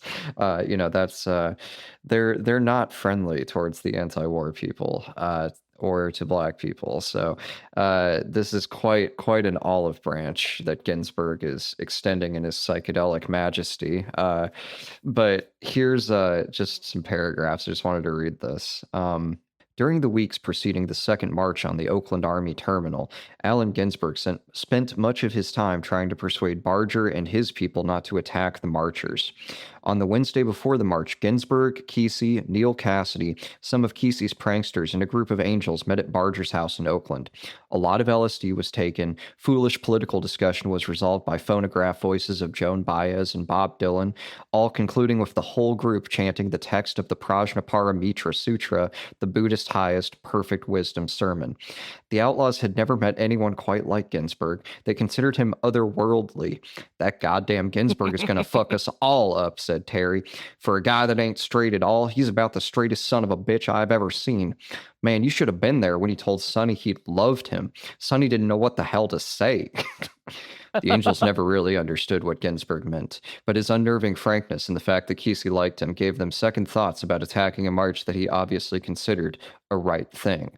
Shortly before the November march, Ginsberg published this speech in the Berkeley Barb. To the Angels by Allen Ginsberg. These are the thoughts, anxieties of anxious marchers, that the angels will attack them for kicks, or to get publicity, or to take the heat off themselves, or to get the goodwill of police press or right-wing money, that a conscious deal has been made with Oakland police, or an unconscious rapport, tacit understanding, mutual sympathy, that Oakland will lay off persecuting the angels if the angels attack, break up the march, make it a riot. Is any of this true, or is it the paranoia of the less stable-minded marchers? As long as angels are ambiguous and don't give open reassurance that they can be trusted to be tranquil, the anxious souls, the naturally violent, the insecure, the hysterics among the marchers have an excuse for a policy of self-defense through violence, a rationalization for their own inner violence. That leaves the marchers with choice of defending themselves through force on account of fear or threat, unleashing the more irrational minority of rebels, or at best, defending themselves coolly under control, but criticized for being lawless, of not defending selves, and possibly abandoned by police, for we have no clear assurance from Oakland police that they will sincerely try to maintain order and guard our lawful right to march. If you attack, having innocent pacifists, youths, old ladies busted up and criticized as irresponsible cowards by you, by press, by public, by violence-loving leftists, rightists. As it stands, the VDC, the Vietnam Day Committee, adopted policy of pacifism for marchers who simply will not write and will try to make the march a happy spectacle. Do angels have any questions for Vietnam Day Committee? Any suspicions that might be cleared up now? What's the main complaint? What do the Angels plan to do November 20th? Do they really have a plan? Let's now make a plan that will leave everybody secure. Because the fearheads around the VDC public meetings believe the image of Angels as they like to bust people up for kicks, and naturally you get a bad rep. That way, especially if you finally found a group you can beat up with some social approval, temporarily, compliance of the cops. You don't want to change, you want to be yourselves. If that includes sadism or forced hostility, here's a situation where you can get away with it. But nobody wants to reject the souls of the Hells Angels or make them change. We just don't want to get beat up. The protest march is trying to point out that the terror in Vietnam is making same terror here inside our country. Loosing publicly the same cruel psychology that'll give approval to busting yellow-headed gooks in Vietnam, this is infecting peaceful human relations here, allowing for public mass persecution of people who disagree with the growth of mass hostility, mass hypocrisy, mass conflict. The massive marchers are not political, they're psychological heads who don't want the country to drift into the habit of blind violence, unconscious cruelty, egotism, not communication with outside world or lonely minorities in America, such as yourselves and ourselves, and the Negroes, and the T-heads, and the communists, and the beatniks, and the birchers, and even the so-called squares. I'm afraid that once the people who hate us, peace marchers, let you beat us up, afraid of us, pacifists, will then, still having this fear and hate at heart, turn it on you. Afraid of you, too, or ask you to turn it on other minorities, the Negroes, ultimately on you and each other. This was the pattern of brown shirts in Germany, who were used by hate politicians, then creamed in concentration camps. I think.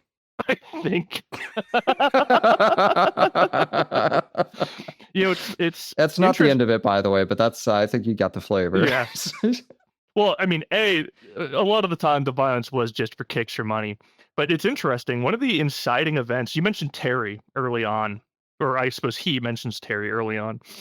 One of the events that really shakes Hunter S. Thompson and causes him to be more or less disinterested in the Hells Angels is at some point just a completely tactless act of violence occurs where the Hells Angels beat protesters and they kill some of them. And that guy Terry ends up taking his own life because he feels so it's like he's recognized that his family has become something evil and bad. Yeah. There's the reason I was kind of intent on reading this thing, even though it's the bad schizo hippie shit, is the fact that like we were looking for like what is Hunter S. Thompson politically. I think this next section actually about sums it up. So I'm going to keep going with my Ginsburg impression. Please do. What else besides this politics will take the heat off the Hells Angels? That heat's on everybody, not just you, to go to war, to be drafted, to make money on war jobs economy, to be destroyed by the bomb, to get busted for pot. To take the heat off, you've got to take the heat off inside yourselves. Find peace means stop hating yourself. Stop hating people who hate you. Stop reflecting heat. There are people who are not heat. The most of peace marchers are not heat. They want you to join them, to relieve the heat on you, on all of us. Take the heat, anxiety, paranoia, off us and off the police, off all the fearful. Reassure and act clearly in such a way as to reassure by being kind, not cruel, and it will be remembered and responded to. Forcing self, others, and police into a corner increases heat. Beating up on Vietnam won't take the heat off. Even if whole country joined Hell's Angels, world will apply heat, world be destroyed. Almost happened through Hitler. Yes, time to take the heat symbolism off the swastika and give the swastika back to the Indians, peaceful mystics, Calcutta ganja smokers. Can you imagine doing the same for the hammer and sickle? I've seen Jewish stars. There's M13, LSD, Negro Crescent to make happy on your backs. I called beatnik or Vietnik, not want a way that is not common for all, recognizable, acceptable to all, want a way we can all live together without heat, rejection. My desire to share not monopolizes the image because I don't want to be alone in Earth. I don't want unnecessary suffering for me or anybody, you, the police, the Vietnamese, the entire human universe. What is the way out of the heat for you? If stop threat to take over others, then people let you alone. Have you stopped threatening the marcher people yet? If you threat, you must want heat. We're trying to take it off you, off us, off the cops, off the US, off China, off Vietnam. The heat is human, emotional, not a law of nature. God damn. That was so good. There you go.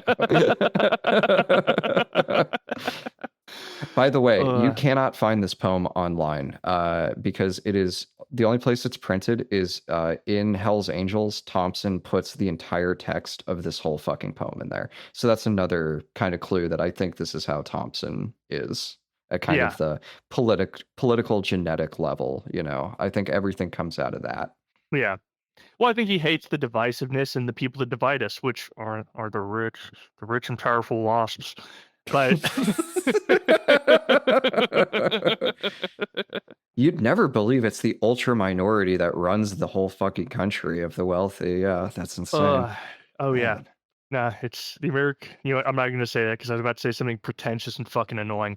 You know what we should talk about? That's my job, dude. Jesus, I was stay in your about to say. I think we should talk about Hunter S. Thompson's opposition a little bit because we've been giving him a lot of time.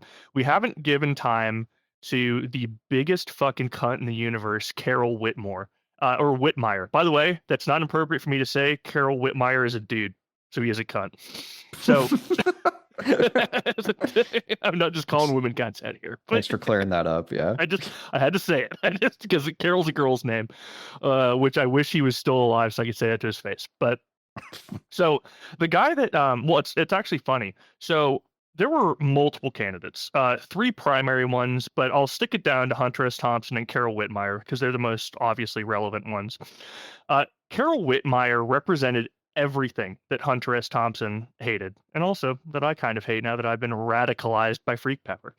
So Carol Whitmire, his only concern, first of all, he hated hippies. If we talked kind of early on in this episode about how frivolously hippies were being attacked by police and arrested by them. If that pattern is a spear, then Carol Whitmire is the fucking tip of it. He's such an asshole. And to him, the only thing that matters about Aspen is making more condos, selling more land to land developers, and just taking away everything that makes it fun, unique, and interesting. He wants Aspen to become suburbia to make more money. So he actually had some choice things to say about Hunter S. Thompson, and I think for the most part, they're pretty revealing and kind of back up what I just said. So I quote from Carol the cunt Whitmire, if Hunter S. Thompson, if you can tell I fucking hate this man, he's like, imagine Hank Hill, but then take away everything that makes Hank Hill likable. Like, turn Hank Hill into an asshole with a gun. And that's who Carol Whitmire is. So he said, and I imagine him twirling a revolver around his finger while he says it, menacingly and evilly. He says, if Hunter S. Thompson is elected sheriff, I can foresee that we would have an influx of what we call the hippies. And I think if this happened, it would actually destroy Aspen. I don't think that the people here would stay. In fact, we're receiving word now that they want to put their property up for sale. People that have homes are waiting to be built are saying, don't start on our home until after the election. He waves his fucking shitty long finger. Because if Hunter S. Thompson gets elected, we won't build.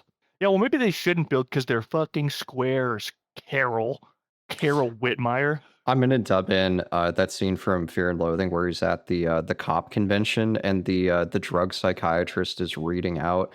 If you start with just one puff, you can go from being a square to being hip, and it keeps going.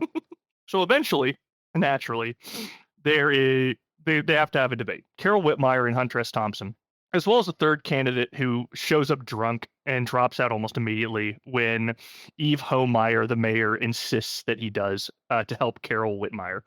Which, by the way, I think I've realized if your last name includes a little bit called Meyer at the end, maybe you are one of the squares. I'm seeing a pattern emerge here. It's boiling to the surface of this bone broth we're brewing together. So we've already lost all the people we're capable of losing. So you can open it all the way up, baby. You can go full tilt. Well, hey, we're like an hour and 40 minutes in, so we're good. The AIs aren't going to detect this one. So once the debates happen, all these hippies flood in to watch this happen.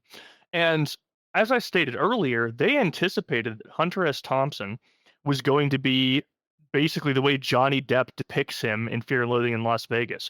But he wasn't that at all. So these debates were televised and you can find them on YouTube. He's very calm. He's very articulate. He's very prepared as well. And I think that took Carol Whitmire off guard.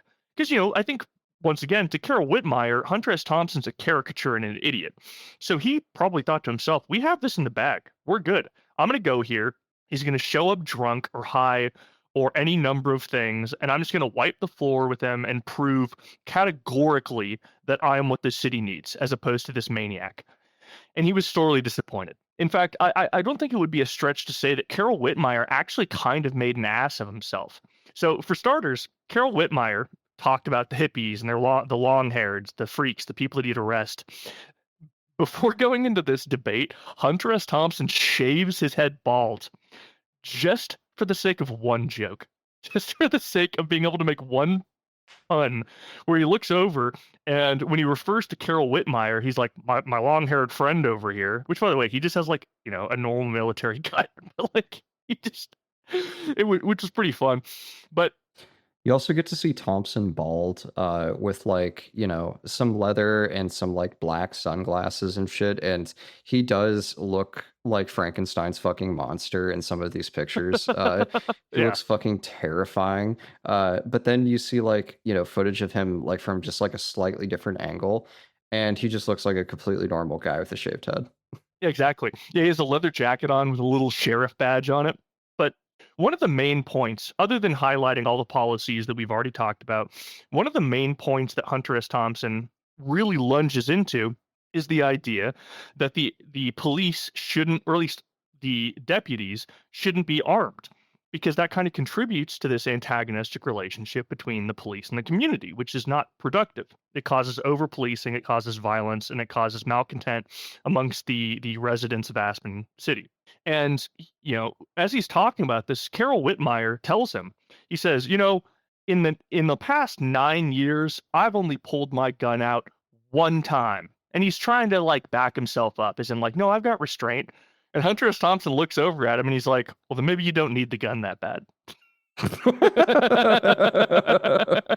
Gotcha, bitch. He fucking slam dunked that bitch. Air horns go off. But yeah, so basically what Hunter is trying to promote is community policing. He doesn't think that anybody who can't have a relationship with the youth, the hippies, the population itself, if people are afraid of them, then they're not actually that good at their job. If the police, in this case, and sheriffs collaborate with the community, they form a environment where people communicate to the police and self-police, and the entire community rallies against people that are hurting them, then it'll be healthier, it'll be nicer, it'll be something that makes Aspen County what most of the people there want it to be, or at least most of the hippies and Hunter S. Thompson, at least half the population. So at this point in the stage, we are still in 1970. We're getting into like October of 1970, and Hunter S. Thompson, people are pretty amazed because it looks like he might win until the land rapers get involved. And we're gonna wrap it up right there, folks. Tune in next time for part 2 to hear about the land rapers. No, and, we are not done. There's not that much. Oh wait, did you actually mean that? Dude, I am exhausted. We've been going for 2 hours. There's gonna have to be a part 2. We're almost. Oh, but we're literally like 75% of the way through. Part 2.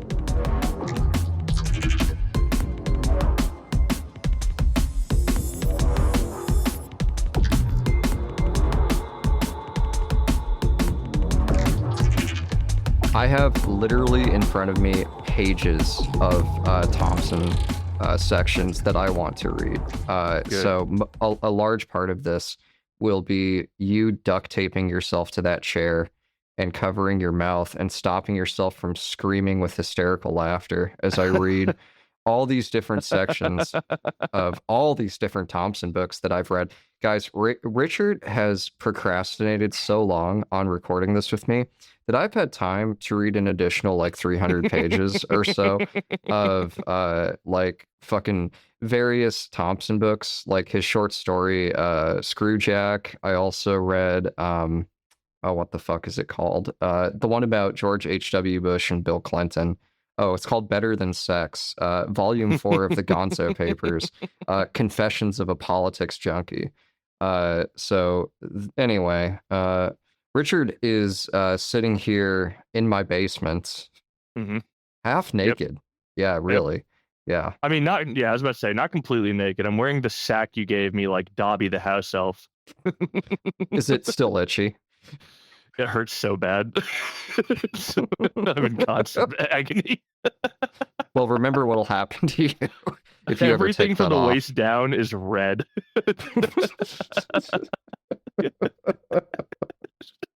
God, Will, you know what the super duper fun thing about being alive is? You know what I love about the Earth? Yeah, what's that? Is not using nicotine for 5 days straight and wanting to reach through this screen and plunge my thumbs into your eye sockets. This is the savage mind of the addict, obviously. Dude, I've just been sitting in my room, like, in Train Spotting, when his parents lock him in his room and he's like shitting himself and shaking. That's how I have been bench pressing for the first time in my life just to not think about nicotine. You are withdrawing from a starter drug, my friend. Okay, that is nothing. I've met people that had to withdraw from benzos, and they described that as like the greatest nightmare, living waking hellscape that you can possibly imagine. Yeah. When I did technician shifts at that psychiatric treatment facility, I had to take care of people withdrawing from benzodiazepines and opiates and shit, and alcohol too. Like, once somebody becomes a profound enough alcoholic, you are watching somebody. Have you ever heard the term scrom it, Will? No. Enlighten me. It's short for scream vomit. It's a real thing that happens where it's kind of funny, but it is also horrifying. Watching a person just like, I don't feel good. It just rockets out of their mouth like it's like they've been possessed by a demon. Scromiting is a real thing, dude. And it's terrifying to see in person. God help us. Okay, so getting to the back half of the Thompson and Aspen story. So we're at the back 10%. Yeah. Yeah. The final 3 holes on this 18 hole weird Candyland like political campaign. So what's going on? Okay. Where the fuck did we leave off? So we left off we just finished the debate, and what I was going to talk about was the election itself. Okay. There was just a little bit there. So I'm going to talk about that. Then we're going to do a little bit of the aftermath and how shocked I am that Hunter S. Thompson didn't take his own life. And we're not going to talk about certain events that happened a couple days ago. And we're just going to record a little podcast. But I see that smile, Will. I'm sure it will. We could edit out all this. Never mind. So, actually, yeah, edit out pretty much every single thing that was said until this point. God damn it. Can you just try and say the right fucking words, please? It's a lot of work to edit shit, you asshole. I'm leaving this in. Go fuck yourself. Tell me what happened to Hunter. So, at this point, the debate is over. And there's this really interesting feeling that a lot of the freak power movement's happening where they can actually win. They're doing well. People are, after the debate, a lot of people who are more on the fence started to realize that Hunter S. Thompson wasn't necessarily the rambling lunatic he likes to pretend he is. There are moments of lucidity in his life where he has interesting opinions, and he actually is capable of being thoughtful. And leading up to it, there's a quote that I kind of like. Hunter S. Thompson ends up saying, like, the die is already cast in my race, and the only remaining question is how many freaks, heads, criminals, anarchists, beatniks, poachers, wobblies, bikers, and persons of weird persuasion will come out of their holes and vote for me. Other categories of strange night people. There's Hunter S. Thompson. I think he literally just has the encyclopedia. Like, whenever I think of him using these names, I think of the Ministry of Silly Locks. from from Monty Python. Like he has like an encyclopedia of silly people with different names that I've never heard of that it whips out constantly. Yeah, it's the Free Kingdom, baby. That's the Rainbow Coalition of absolute fucking usually like submental outcasts and jaded schizophrenics. That reminds me of that Dracula Flow quote. Welcome to the Cream Kingdom, bitch. Oh my god, dude. Reading Better Than Sex, there are so many sections that could literally have become Death Grips lyrics. I have to fucking read this to you. But anyway, go on. Here, we'll wrap this Aspen. up then. So the election itself, even though things are really looking up for the Freak Power movement, there was a lot of, let's say, silly williness happening behind the scenes. For starters, both the Democrats and the Republicans are looking at how well Hunter's doing and thinking, oh, fuck. Like, Jesus Christ, this is bad. And in a move, this may be the first and only time that this has ever happened in the United States of America. The Republicans and the Democrats form a coalition called RID, called the Republicans, Independents, and Democrats.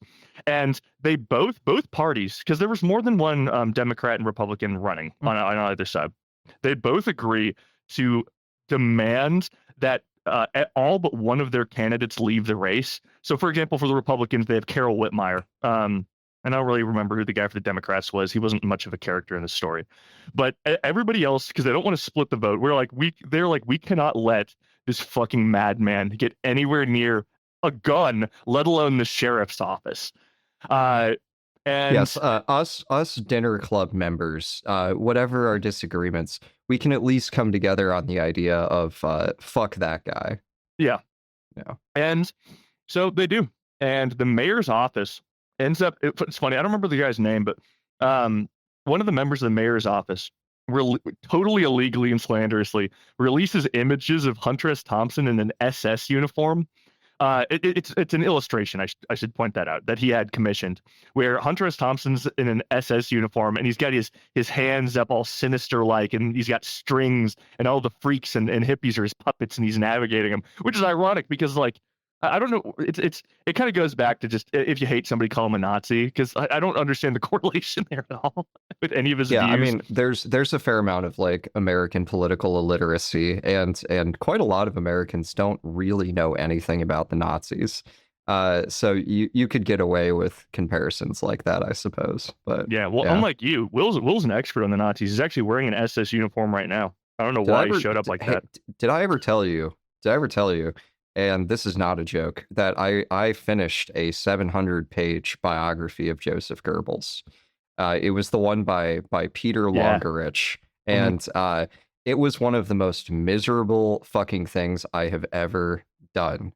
Straight up, it took me like over like 2 months of listening to this audiobook, which is not well written and is translated from German. But it was the standard Goebbels book, you know, for the connoisseurs. So I read it, and what I learned is that Joseph Goebbels is just as pathetic and disgusting as you think he is. Yeah. That is the conclusion. Turns out all the Nazis are of the book. Yeah. No, I remember I just stopped consuming content about Nazis because it makes me depressed. I remember a while back listening to the last podcast on the Left series about Josef Mengele, and I was a little bit hungover. I was sleep deprived. I was driving, and I won't go into detail, but the listeners know, kind of a silly goose, that guy, kind of a real knucklehead, and did some real goofy shit. And I was listening to it in the car, and I started sweating because I was so anxious. I was about to have a panic attack, and I'm not kidding you, Will. I was like 2 miles away from my work. I pulled over the side of the road and threw up, and then I was like, I'm not listening to this anymore, and just drove the rest of the way to work. I had lunch with him, audience, like the day after this happened or something, like the same week. And yeah, he would not shut the fuck up about it. So now I've heard this like 3 times. So well, okay, well, the audience has never heard it. But back to the shit, because there's a lot of frustrating things that happen during this election. Another thing that happens is very last minute. I'm talking like the week before the election, or like I should say the week before the votes are finished counting. hundreds of unverifiable conservative voters register at once, shockingly, and conservative and Democrat, but it was mostly the conservative ones because they really wanted Carol Whitmire to get back in there. And it wasn't the illegal immigrants. It wasn't the illegal immigrants. And I'll say this much. Reading the story, it is not as definitive as I make it sound. It is possible that there were just a lot of people in Aspen County that were like, fuck this, and then registered to vote just to vote against him. But also, it's pretty sketchy. It was a long shot to begin with. Yeah, exactly. Something to state is, obviously it's not a secret that I'm on Hunter S. Thompson's side, and I love this story, but it is, the odds of him winning were pretty low, and the odds of him actually being able to accomplish 100% of what he set out to do, especially the ripping up the roads and bringing it back to just dirt roads everywhere, it wasn't going to happen. I love this story because it's fun, it's cathartic, and I do think that it is an interesting political experiment with good implications. But it was a long shot, and honestly, I don't necessarily think Hunter S. Thompson should have held office in any capacity whatsoever. But two more things that end up kind of knocking Hunter S. Thompson's heels out from underneath him. There's one. This is probably the most interesting part of this story.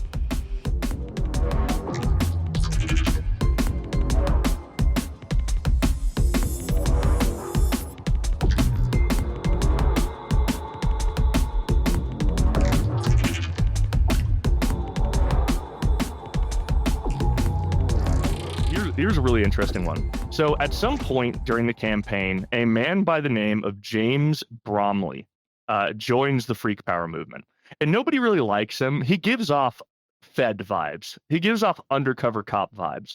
And so he never achieves any power. He just goes there and he's like, yeah, acid, haha. People are like, okay, dude, I don't know why you're so self-referential. I love Lucy in the Sky with Diamonds. God, these Beatles are, it's just, dude, it's a dream.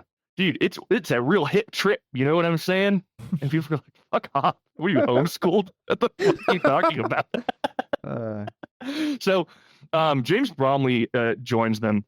And I was joking before, but one thing he actually did is he kept on trying to encourage everybody, like, yeah, you know what? We should commit acts of violence. We should go and attack. What we should do is we should throw bricks at the police. Fuck those guys. And everybody unanimously was like, we're here to fuck and do drugs, and we're having fun. Fuck off, James fucking Bromley, you fucking cop. And believe it or not, this guy who, and this will sound familiar for anybody who's read about Operation Chaos, James Bromley was recruited by Carol Whitmire to join their movement. He ended up calling it a bomb threat as well. This is part of the reason why we know that he was probably affiliated with Carol Whitmire. He called it a bomb threat and threatened the sheriff's office under the Freak Power banner, right? And nobody else was involved. It was literally just him. He was arrested and let go one day later with no fine. It was just a purely ceremonial arrest. And the weirdest thing, Will, is that there is a little bit of a conspiracy theory that the feds might have gotten involved because James Bromley was an ATF affiliate. I shake my fist and scream at the heavens. The ATF! The fucking ATF is back, dude. Who would have thought that the AT fucking F would make an appearance in this episode? Dude, but I have to interject. A mutual friend of ours has made me watch the Leftovers, which is a show from HBO in 2010 or whatever. Post mortgage collapse, bummer TV. Where there's this cult, there's a mass disappearance, everybody is fucking depressed, everyone is betraying each other. It's just, it's miserable.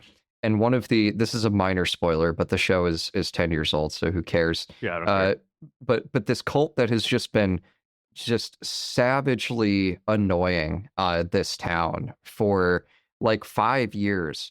Eventually they all camp out in this visitor center to a park, and so there's 80 people that are hardcore cult members. They're all wearing white, and they're camped out inside this occupied government building. And then the next scene is one of the cult leaders leaving the compound to smoke a cigarette, and she looks up, and there's a predator drone coming at her, and it drops a Hellfire missile, and that missile flies straight into the compound and kills everyone. And later on in the show, you learn that it was an ATF predator drone. Officially, it was a gas leak, but no, yeah. So the ATF is the closest thing that we have to Team America World Police in real life. Like it's, they're like, we are not. They're like, we are not fucking around with Waco twice. Like we're just gonna blow this shit up. Yeah, it just reminds me of that scene in Team America where there's terrorists on the Eiffel Tower, so they shoot a Hellfire missile into it and just like turn it into rubble. Oh god. So obviously, James Bromley, he gets arrested, let out the day after. Carol Whitmire eventually fesses up to this. By the way, he admits that was the plan and faces zero consequences for it because, like I said, the wasps strike again. The wasps protect their own will. The wasps, and on the law enforcement side / intelligence side, the Mormon alcoholics. Yeah. Yeah. Exactly. So there was one last little bit leading up to the election that I wanted to mention. Unfortunately, it's the last night or one of the last nights before the election, and it's becoming unfortunately apparent that even though the race is pretty close, Hunter S. Thompson is likely going to lose. And clad in a George Washington wig, he has a mental breakdown in front of the entire Freak Power movement and starts screaming and yelling. And the local press actually writes about it. So this is the exact quote from the this is the exact quote from the newspaper. A newspaper, by the way, that has been highly sympathetic towards Hunter S. Thompson this entire time. So the Wall Post or the Aspen Times state in his final election night speech for the national press and TV, the candidate lost control of himself and had to be restrained. I quote, "This is my last press conference," he shouted. "You won't have Hunter Thompson to kick around anymore, you pig fuckers." He then rushed out of the room to confer with his personal swami, who later told reporters that Dr. Thompson had decided to depart from this country in the spring and take up permanent residence at a luxurious ashram on the Bay of Bengal. I love him quoting Nixon. That is so awesome. God. So it is a funny story, and also shout out to ashram. 5 years from now, well, actually 9 years from now, a silly little thing's going to happen in Oregon. I was going to say, there is a parallel universe where Thompson moves to India and becomes a follower of the Bhagwan. And when I mentioned the ashram, I think this is actually worth going into because we're almost done anyways. I actually did do a little mind exercise where, in my mind, I imagined, what if Hunter S. Thompson in 1980, where he was still writing, what if he went to Oregon and went to the ashram there where Bhagwan Sri Rajneesh was to write about it. And I thought about it and I'm like, I wonder if he would like being there. I wonder if he would enjoy it. And I thought about it and I'm like, I think he'd like the initial free love shit. I think he'd be able to stay there for like maybe 6 months because it would be fun. There's a bunch of women running around with no bras or whatever. Everybody's doing drugs. But the second the rules kicked in, he'd be like, fuck this shit. It's just fucking lame as fuck. I think he would have loved the encounter groups, like the people beating each other with sticks and screaming horrible shit at each other. I think he would have loved that. Yeah. What I would do for a book about like Bhagwan Sri Rajneesh written by Hunter S. Thompson, would that not be the greatest thing of all time? Like him in person going to the ashram. I mean, yeah, you don't, from the writing that I've seen of Thompson, he does not talk very often about anything relating seriously to like theology, religion, spirituality, meditation. There are little winks and nods, like in Better Than Sex, the book he wrote in like 92. He talks a lot about heaven and hell. And so you can tell he's kind of got that culturally Christian layer where he'll like quote the Bible and shit in some of his writings.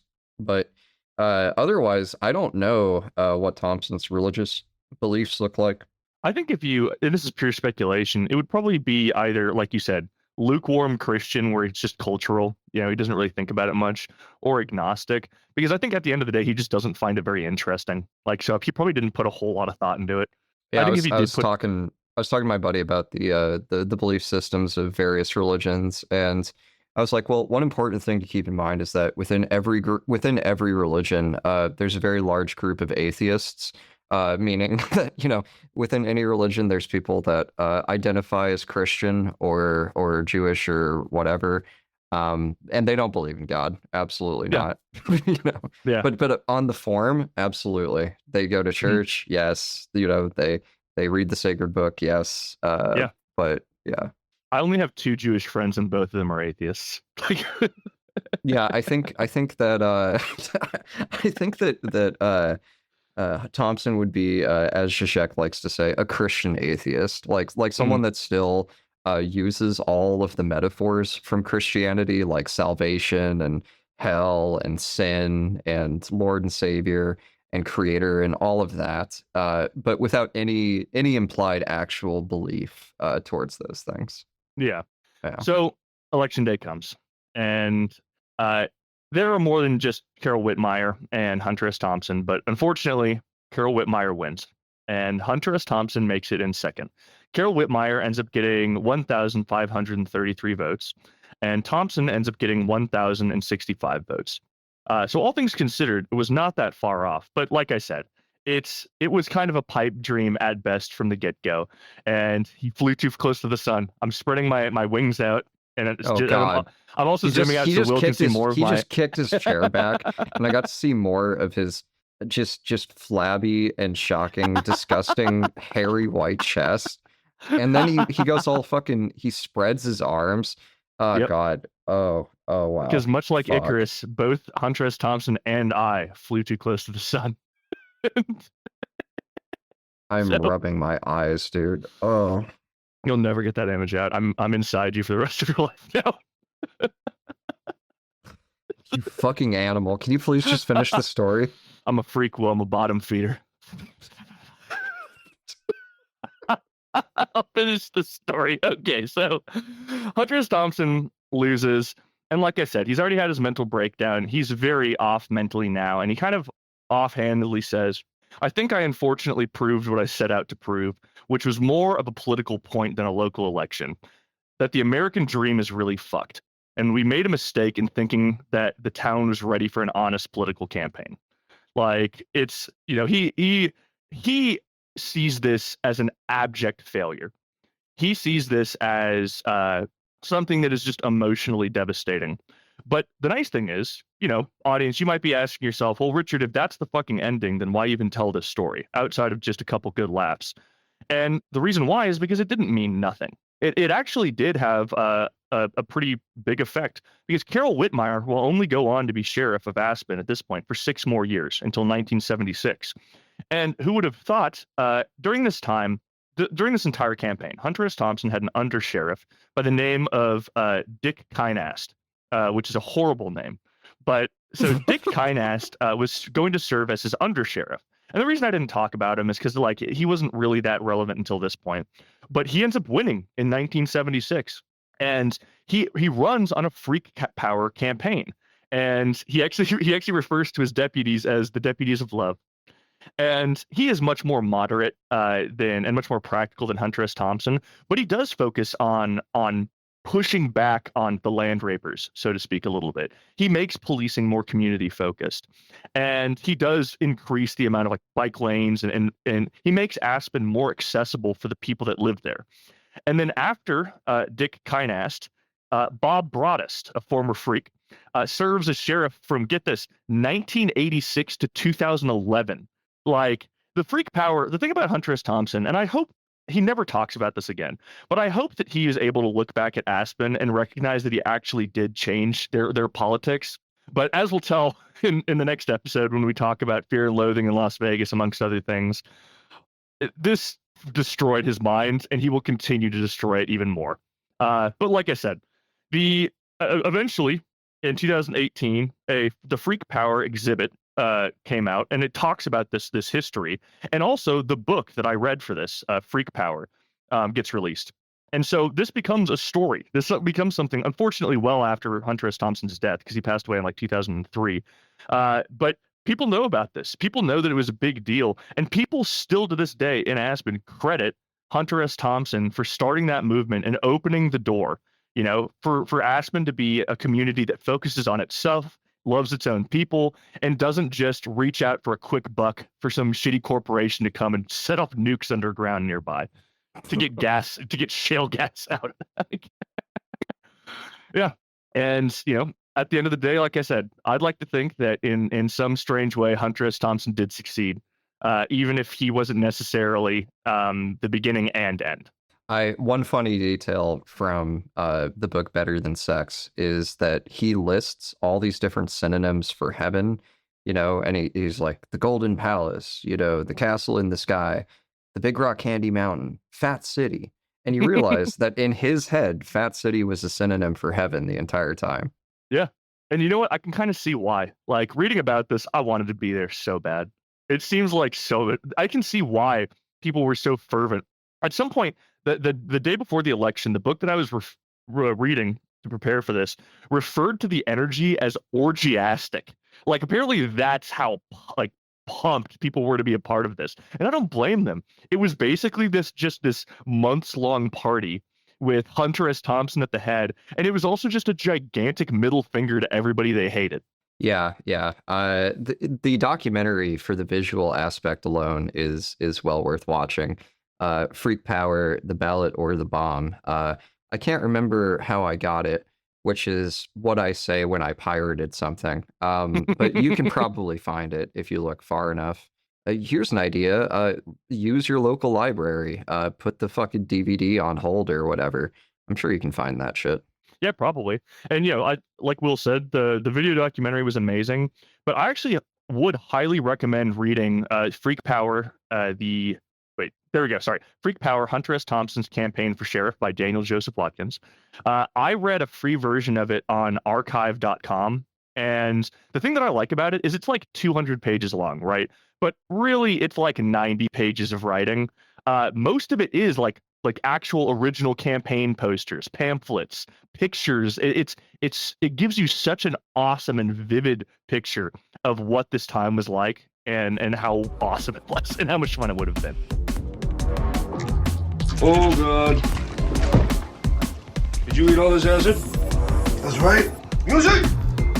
You better pray to God there's some authorities in that bag. Otherwise, you're in bad fucking trouble. Music, man. Put that tape on!